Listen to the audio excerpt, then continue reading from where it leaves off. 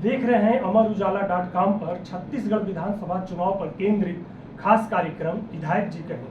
मैं ललित सिंह राजपूत और आज हमारे साथ इस कार्यक्रम में खास मेहमान छत्तीसगढ़ के पूर्व मंत्री और रायपुर दक्षिण के वरिष्ठ विधायक बृजमोहन अग्रवाल जी।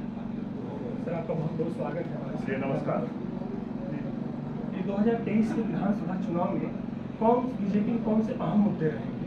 देखिए, ये मुद्दे ही मुद्दे हैं। इस सरकार ने पिछले 4.5 सालों में कोई काम नहीं किया है। खाली भ्रष्टाचार, माफिया राज, शोषण, विकास को अवरुद्ध करना, और इसलिए जो मुद्दे हैं अपने आप में ये सरकार ही मुद्दा है कि जिसके अधिकारियों के ऊपर में, जिसके कार्यकर्ताओं के ऊपर में, नेताओं के ऊपर में ईडी के इनकम टैक्स के छापे पड़ रहे हैं, सैकड़ों करोड़ रुपए की प्रॉपर्टी जब्त की जा रही है।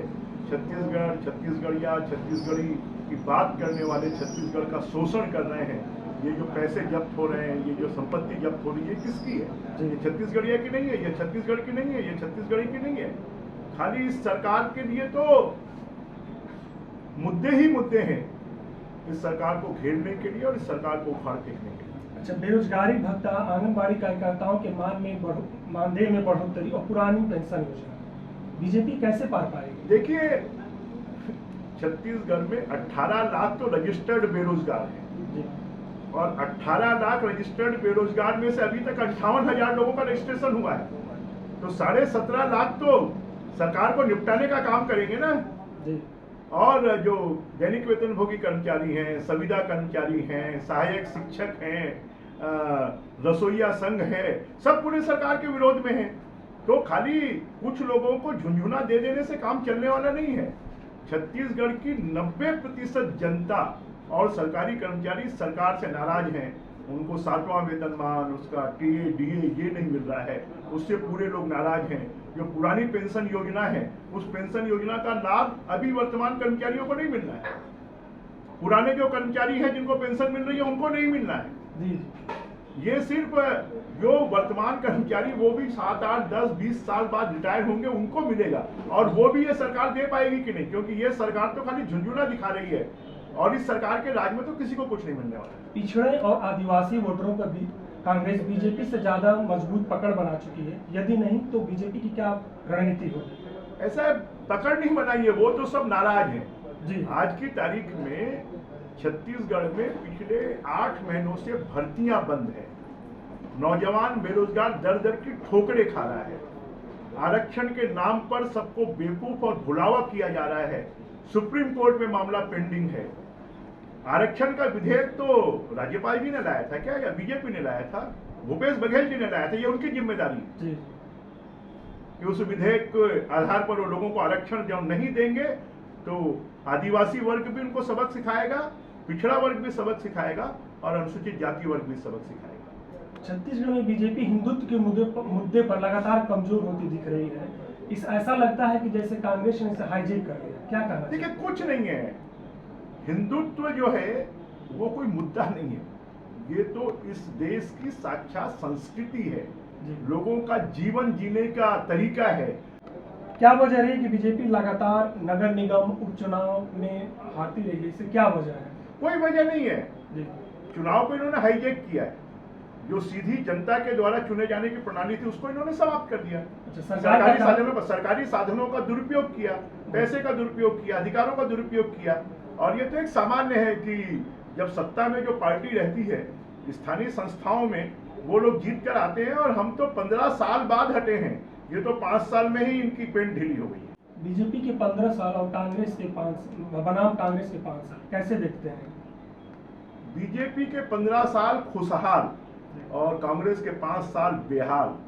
गड्ढा भरने के लिए जिनके पास है पैसा नहीं, जिनके पास में लोगों को बिजली पानी सड़क देने के लिए पैसा नहीं, जिनके पास में 18 लाख गरीबों का सर से छत छीनने वाली ये पापी सरकार है और इससे जनता बदला रही। हाल ही में भूपेश ने कहा है कि बस्तर ब्रांड हमने बनाया है, हमने सड़कें बनाई हैं बस्तर में। आप मंत्री भी रह चुके हैं, तो इस पर क्या कहेंगे आप?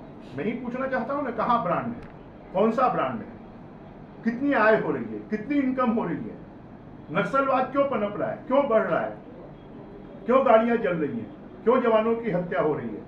ये खाली भूपेश बघेल बोलते हैं ना, मार्केटिंग करना इनको अच्छा आता है जी। जो सरकार के पैसे का दुरुपयोग कर कर खाली मार्केटिंग करते हैं। जनता के जेब में कुछ नहीं जा रहा है, कांग्रेसियों के जेब में जा रहा है। पूरे छत्तीसगढ़ में माफिया राज पैदा हो गया है, चाहे वो रेत माफिया हो, जंगल माफिया हो, शराब माफिया हो, ड्रग माफिया हो, जमीन माफिया हो, धान माफिया हो। छत्तीसगढ़ जो शांत प्रदेश था उसको माफियाओं का प्रदेश बना दिया है। हमारे अभी जो बिरनपुर गांव में जो हत्या हुई है वो बताता है कि कांग्रेस खाली तुष्टीकरण की नीति पर चलती है और इसलिए पूरा बहुसंख्यक समाज कांग्रेस से नाराज है। छत्तीसगढ़ बंद ने भी इस बात को बता दिया। अभी भी विधानसभा क्षेत्र में कई कार्य अधूरे हैं या पूरे नहीं हो पा रहे, तो इसको लेकर आप जनता को कैसे समझाएंगे? ये तो जनता जानती है ना, कांग्रेस की सरकार है और कांग्रेस की सरकार के पास तो जहर खाने को पैसा नहीं है जी। विकास काम कांग्रेस की सरकार में पूरी तरह अवरुद्ध हो गया। 15 साल में जितने काम हुए वो तो कांग्रेस के 50 साल के राज में नहीं हुए। बड़े बड़े पुल बनना, ओवरब्रिज बनना, सड़कें चौड़ी होना, सामुदायिक भवन बनना, स्कूल खुलना, कॉलेज होना, जितने काम हुए हैं कांग्रेस की सरकार में तो एक काम नहीं बता सकते कि हमने ये काम किया। इस बार मुख्यमंत्री का चेहरा कौन होगा? देखिए, कभी भी जब विपक्ष में कोई पार्टी होती है तो मुख्यमंत्री का चेहरा नहीं होता है, चाहे कांग्रेस पार्टी हो चाहे बीजेपी हो। और इसलिए पहले हमारा उद्देश्य है कि हम बहुमत में आए और बहुमत के बाद में पार्टी का शीर्ष नेतृत्व पार्टी तय करेगी कि कौन मुख्यमंत्री बनेगा। तो ये थे रायपुर दक्षिण से बीजेपी के वरिष्ठ विधायक बृजमोहन अग्रवाल। तो अगली कड़ी में फिर मिलते हैं किसी अन्य विधायक के साथ और करते हैं सियासी बात। तब तक के लिए दीजिए हमें इजाजत। नमस्कार। अमर उजाला अब आपके टीवी पर भी। अपने स्मार्ट टीवी पर YouTube पर सर्च करें अमर उजाला, चैनल सब्सक्राइब करें और देखें ताज़ा खबरें, वो भी HD क्वालिटी में।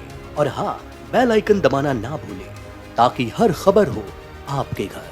अमर उजाला, निष्पक्ष, निर्भीक, निरंतर।